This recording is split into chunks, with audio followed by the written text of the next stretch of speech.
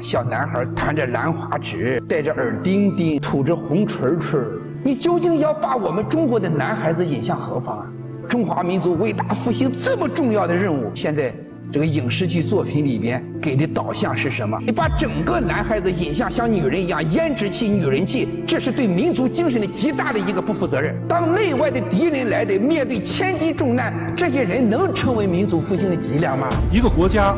如果只是轻歌曼舞，如果只是娱乐至死，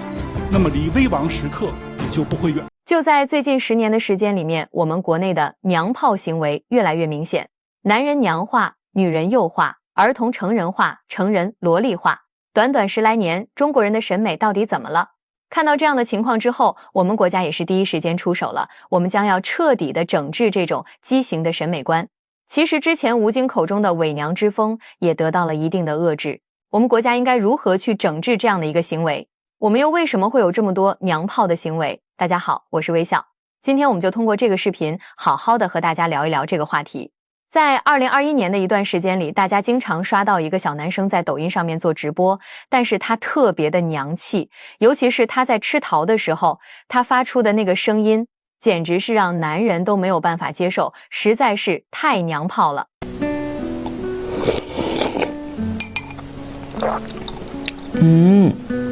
好凉凉。长得好帅呀，我好喜欢你啊！那你可以夸一下我吗，姐姐？你是我快手最喜欢的主播。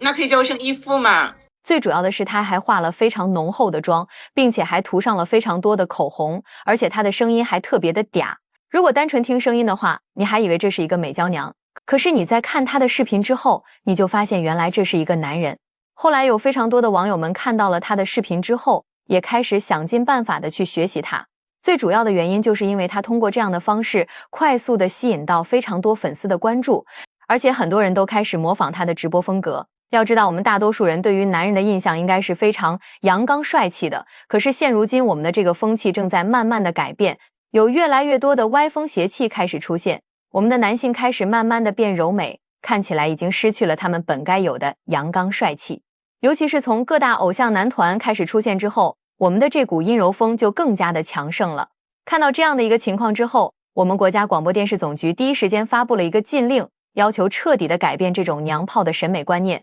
在北京时间2021年9月2日，我们国家开始非常大力的整顿我们的娱乐圈。为了能够更好的管理我们的娱乐圈，广电总局也是第一时间发布了一个管理的通知。在这里面非常明确的表示说，不允许使用那些失德失义的演员，而且还非常明确的强调要杜绝娘炮行为。我相信大家应该还记得，曾经有一个组合非常的夸张，这一个组合就是曾经参加男团选秀的糖果超甜。他们甜美的样子完全不像一个男生，看起来让人感到毛骨悚然。然后在接下来一段时间里面，蔡徐坤也被推向了风口浪尖。要知道蔡徐坤在我们国内可以说是一个非常有流量的明星，可是之前他就因为自己的娘被很多人诟病。当时有非常多的网友在网络上面开始不停的攻击蔡徐坤，甚至还有很多人给他负面的评价。他是在2018年的时候通过偶像练习生这一个选秀节目成功的出道，而且在出道的时候他就是成为那个 C 位的帅小伙。虽然他获得了非常多的荣耀，但是有很多人认为他的长相实在是有一点女孩子气的感觉，看起来总是没有那么的男子汉气概。其实他真正火遍整个网络的时候，并不是因为他的唱歌有多么的优秀，而是因为他在给某一个品牌做代言的时候拍了一个打篮球的视频。那是在2019年的时候， NBA 突然间宣布了一个非常重磅的消息，他们邀请蔡徐坤成为他们的新春贺岁形象大使。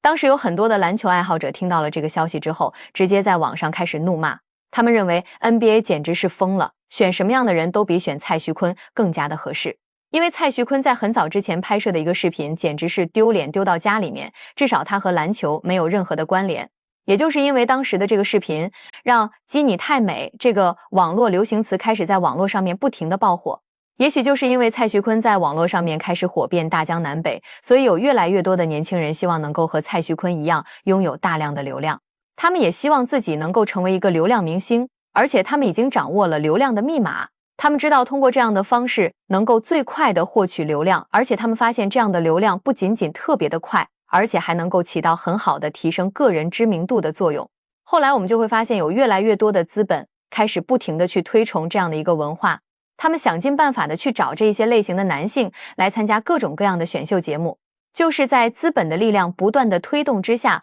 我们中国的伪娘之风在网络上面大量的流行开来。即便那些看起来很阳刚的男人，都在想尽办法的去学习这些娘炮的行为。尤其是我们前面刚刚讲到的糖果超甜组合，他们里面总共有5个成员，这5个男成员里面一个比一个甜，甜到你的嘴巴都觉得张不开了。大家好，我们是糖果超甜。现在开始，你们要做好被我的活力和元气击中的准备。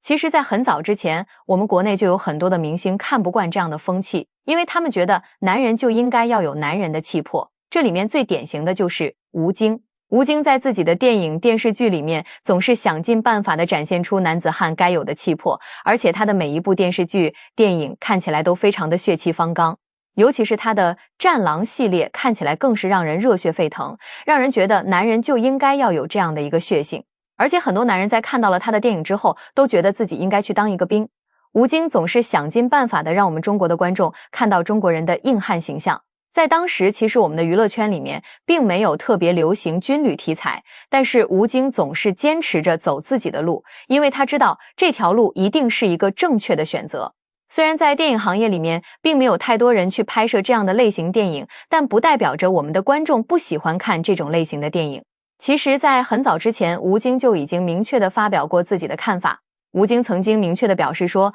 如果让自己去走一个柔美的路线，那么他宁愿给自己狠狠地打一个耳光。而且他还举了一个非常好的例子，吴京明确地表示说，如果一个男人和女朋友在吵架的时候，连女朋友都没有办法很好的去说服，而是在那边不停地展现自己柔美的一面，那这样一个男人怎么能够算得上男人？其实吴京在很早之前也有过很经典的说法，在拍《战狼1》的时候，他已经开始在全网火起来了。也就是在这个时候，有一个记者在采访他的时候，问他认不认识当时非常火爆的一个组合 EXO 组合，而吴京明确地回答说自己完全不知道这个组合。但是 EXO 的粉丝们听到了这个消息之后，他们相当不乐意，他们开始在网络上面不停地去批评吴京。后来这个事情在网络上面越闹越大，他们的粉丝还要求吴京公开道歉。最主要的原因